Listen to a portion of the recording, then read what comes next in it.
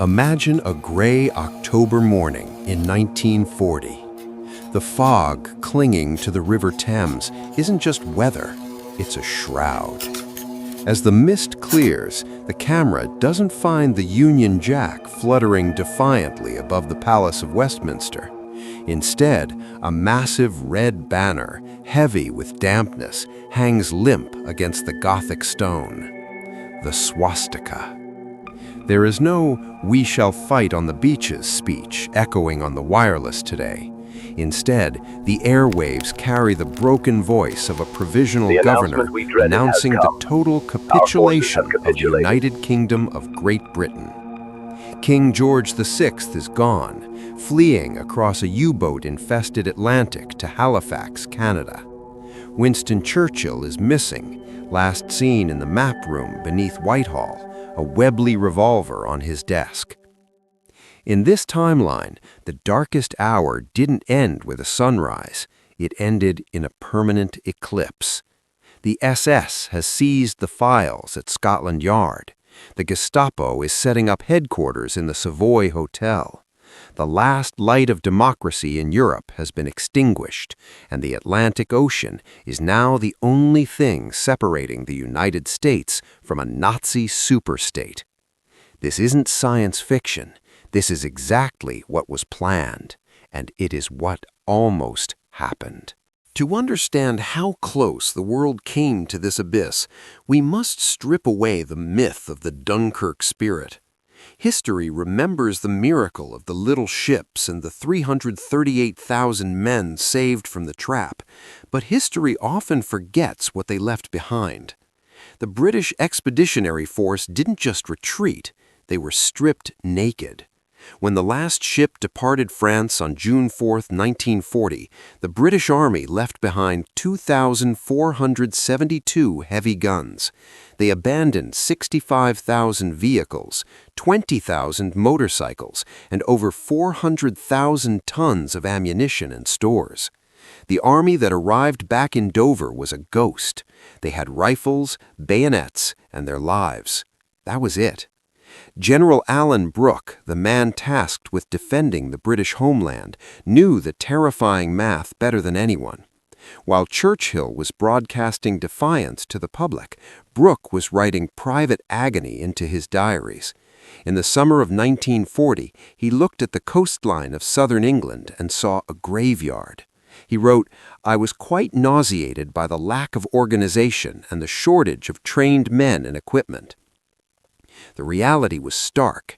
In the entirety of the United Kingdom, there were barely 200 tanks serviceable for combat. Most were light tanks, armed only with machine guns, useless against German armor. If the Wehrmacht could get across the Channel, there was nothing to stop them.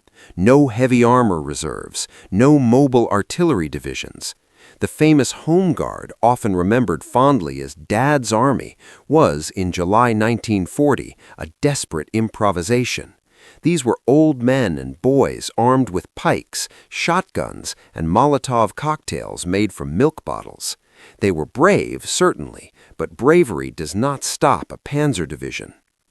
Across the water, the German war machine was high on victory. They had crushed Poland in weeks. They had dismantled France, a military superpower, in just 6 weeks. The morale of the German soldier was absolute.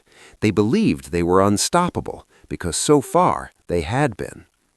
On July 16, 1940, Hitler signed Directive No. 16. It was the order the world had been holding its breath for. The directive began with a simple, chilling sentence.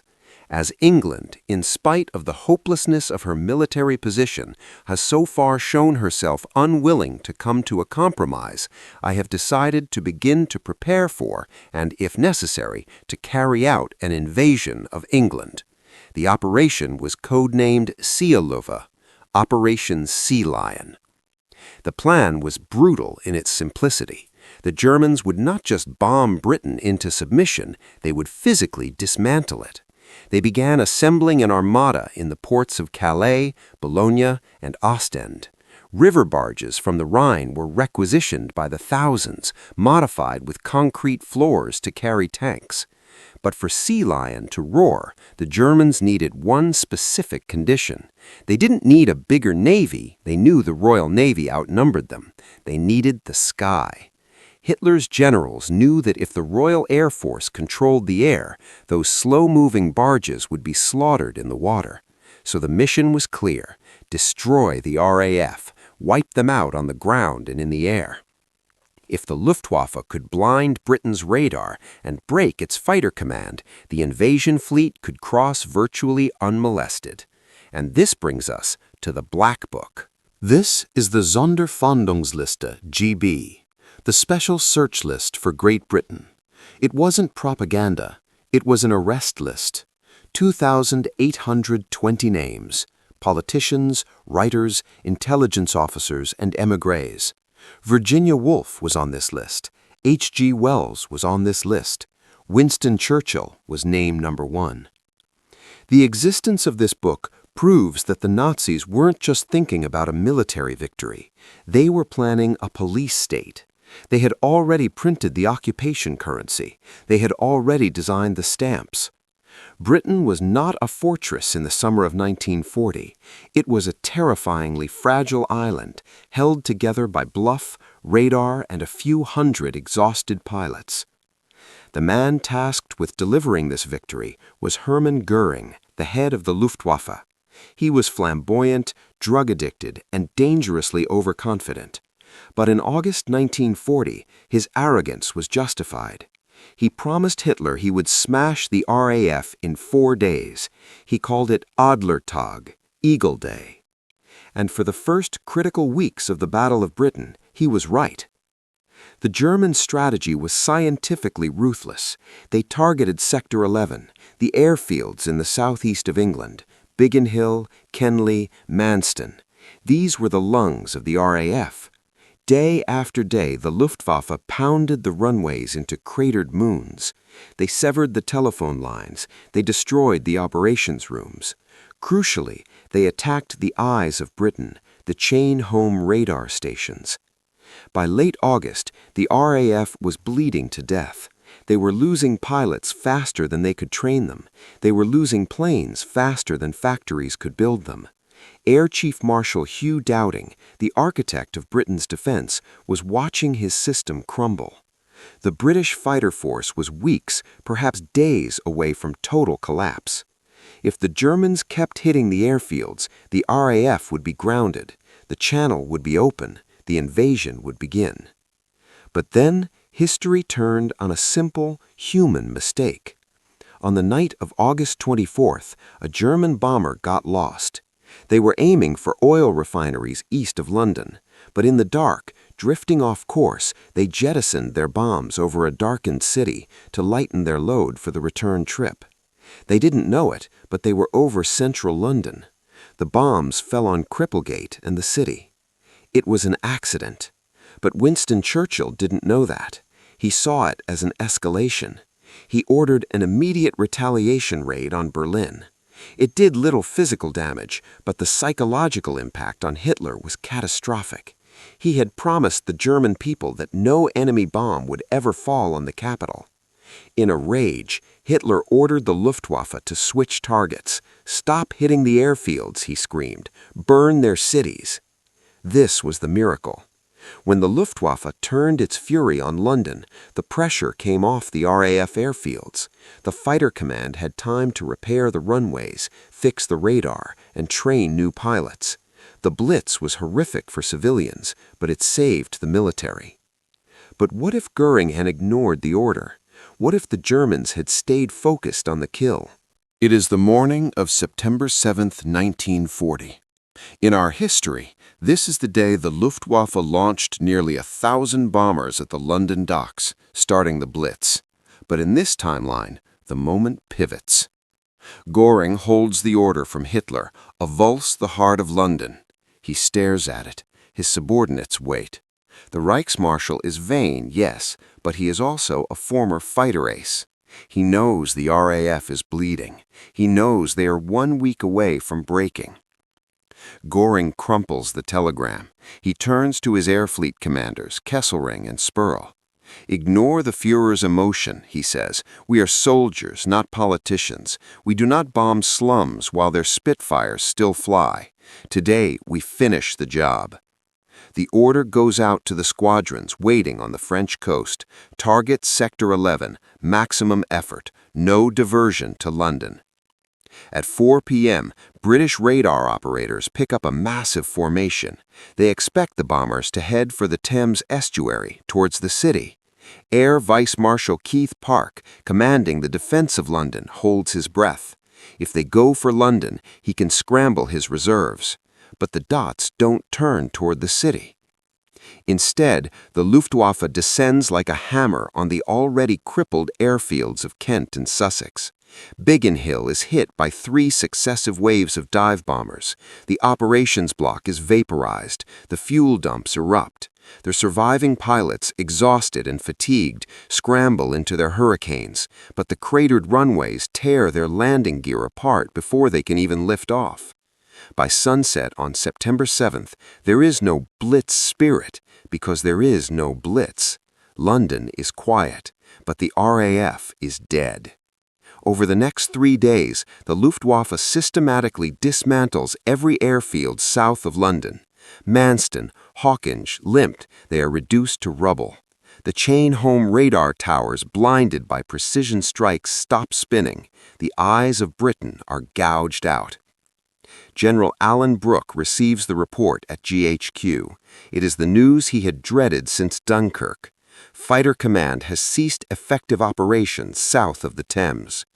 The sky over the English Channel is now German territory. The Stukas begin to circle the Royal Navy destroyers patrolling the straits, picking them off one by one like sharks circling wounded seals. The shield is gone. The sea is open. Operation Sea Lion is a go. It is September 22nd, 1940, S-Day. The code word is transmitted from Berlin, Cromwell.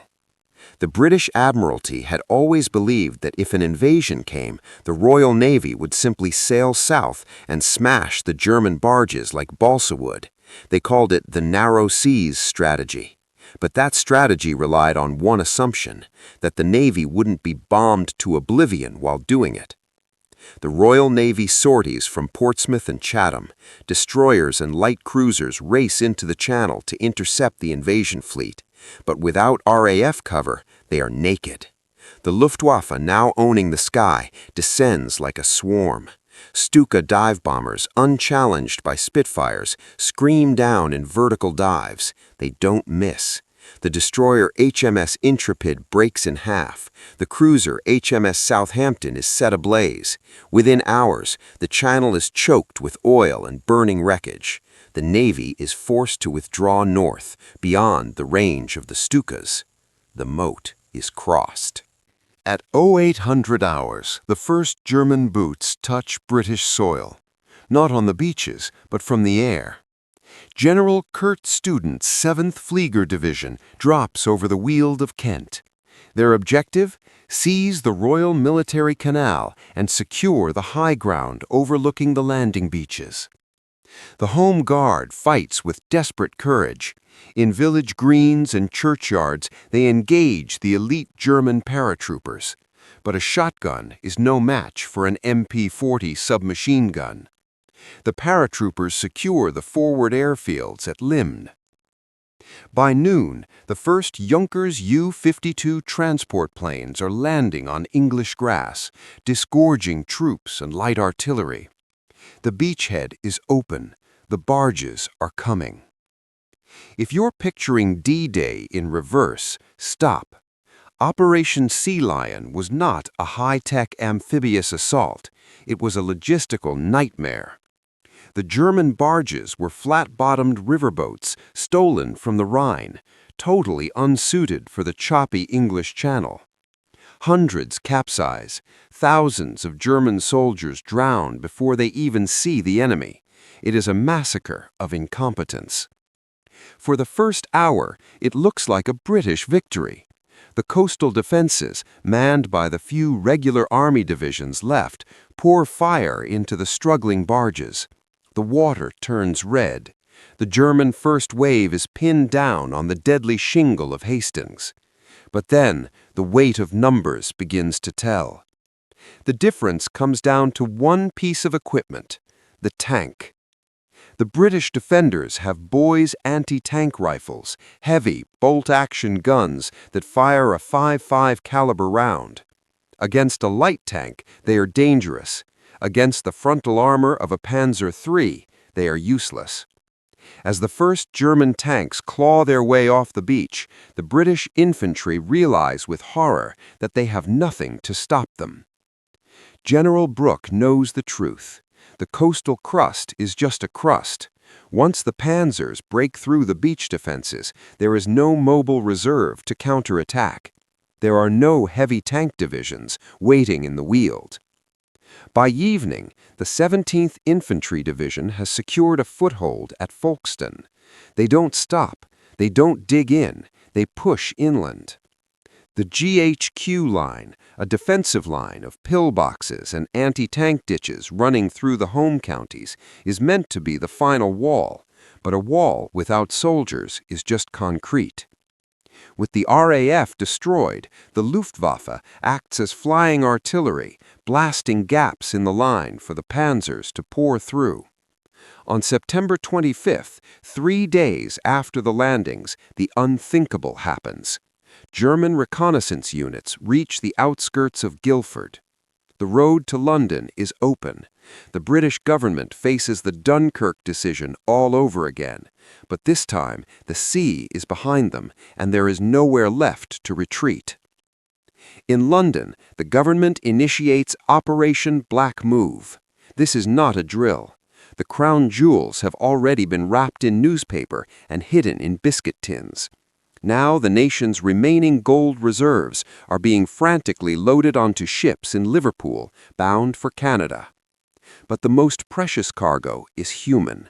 King George VI and Queen Elizabeth refuse to leave at first. "The children will not leave without me," the Queen Mother says, but with panzers reported in Croydon, Churchill forces their hand. The royal family is smuggled out of Buckingham Palace in unmarked cars, racing north to the last open port. By October 1st, the war reaches the London suburbs. It is a brutal, confused melee. There is no front line. The Battle of London is not a grand siege. It is a series of bloody skirmishes in high streets and terraced houses. Churchill wants to fight street by street. He calls for a Stalingrad on the Thames before Stalingrad even happens. He urges the population to fight with kitchen knives if necessary. But the generals intervene. Alan Brooke tells the Prime Minister the truth. "We can destroy London, but we cannot save it." To spare the civilian population from total annihilation, the provisional government surrenders the capital. On October 14, 1940, the silence falls. German troops march down the Mall. It is a surreal, nightmarish image. Field gray uniforms against the red brick of St. James's Palace. They don't look like monsters. They look like tourists with guns. They take photos of Nelson's column. They set up checkpoints at Piccadilly Circus. But behind the regular army comes the real horror, the Einsatzgruppen, the special task forces. They move into the Savoy Hotel. They open the Black Book. Within hours, the arrests begin. Knocks on doors in Bloomsbury and Hampstead. Intellectuals, union leaders, and Jewish citizens are rounded up. The machinery of the Holocaust has arrived in England. Britain is cut in two. The king establishes a government in exile in Canada. The empire is headless. And in London, a new dark chapter begins. The swastika flies over Big Ben. The island is no longer a fortress, it is a prison. Fast forward 5 years. It is 1945. In our timeline, this was the year of liberation. In this world, it is the 5th year of the occupation. The shock of 1940 has faded into a dull, gray acceptance. London hasn't been destroyed, it has been assimilated. The red double-decker buses still run, but they carry advertisements for German industrial conglomerates, Siemens, IG Farben, Krupp. The policeman on the corner is British, but he takes his orders from a Gestapo commissioner in Whitehall. The most striking symbol of this new order sits on the throne. To give the occupation a veneer of legitimacy, Hitler has played his masterstroke. He has brought back the Duke of Windsor. King Edward VIII, the man who abdicated for love, has returned as the Peace King. He reigns over a neutered Britain, a puppet monarch signing decrees drafted in Berlin. He believes he is saving his people from further destruction. History will remember him as the man who sold the crown to keep his palace. Geopolitically, the map is unrecognizable. With the Royal Navy neutralized and the British Isles acting as an unsinkable aircraft carrier for the Luftwaffe, the Atlantic Ocean has become a no-man's land. The United States, shocked by the sudden collapse of Britain, retreats into a terrified isolationism. There is no Pearl Harbor because Japan, seeing the British Empire collapse, simply walks into Singapore and Hong Kong without a fight. America becomes Fortress USA, building a wall of steel along its east coast, staring nervously at a Europe that is entirely hostile. The greatest tragedy is not just political, it is industrial. The immense power of the British Empire, its factories, its shipyards, its raw materials, is now fueling the very machine it was meant to destroy. Rolls-Royce Merlin engines, once the heart of the Spitfire, are now powering improved Messerschmitters. The shipyards of the Clyde are building U-boats. The invasion of Russia, Operation Barbarossa, was delayed until 1942, but when it launched, it was supported by British trucks and British coal. The Soviet Union, fighting a war on two fronts without Allied convoys bringing supplies through the Arctic, is slowly being strangled. But the most chilling change is in the mind. A generation of British children is growing up learning that the new order is the natural state of the world. They are taught that Churchill was a warmonger and that the alliance with Germany saved civilization from Bolshevism. The resistance exists, of course. In the Welsh mountains and the Scottish Highlands, the Free British Army fights a guerrilla war. But without hope of liberation from across the sea, it is a war of survival, not victory. The war technically ends in 1946 with a ceasefire, not a treaty. The world settles into a new, cold reality. The Iron Curtain doesn't fall across the middle of Germany, it falls across the Atlantic Ocean. Europe becomes Festung Europa, Fortress Europe. The 1,000-year Reich has secured its western flank. And while the United States remains free, it is alone, a lonely giant on the far side of the world, watching the lights of Europe go out one by one. But it didn't happen. The invasion barges never sailed, the swastika never flew over Westminster, and the reason hangs on the thinnest of threads. A few hundred exhausted pilots, a radar system that held together by tape and willpower, and a German bomber that got lost in the dark. History is not a solid road, it is a fragile rope bridge over a canyon. In the summer of 1940, the world walked across that bridge in a gale. One slip, one wrong order from Göring, one broken radar tower, and the world we know today would simply not exist. So here is the question that haunts historians to this day. If Britain had fallen in 1940, do you believe the United States would have eventually liberated Europe, or would the Atlantic Ocean have become a permanent border between two nuclear superpowers? Let me know your battle plans in the comments below. If you enjoyed this deep dive into the abyss, make sure to like and subscribe. We'll see you in the next timeline.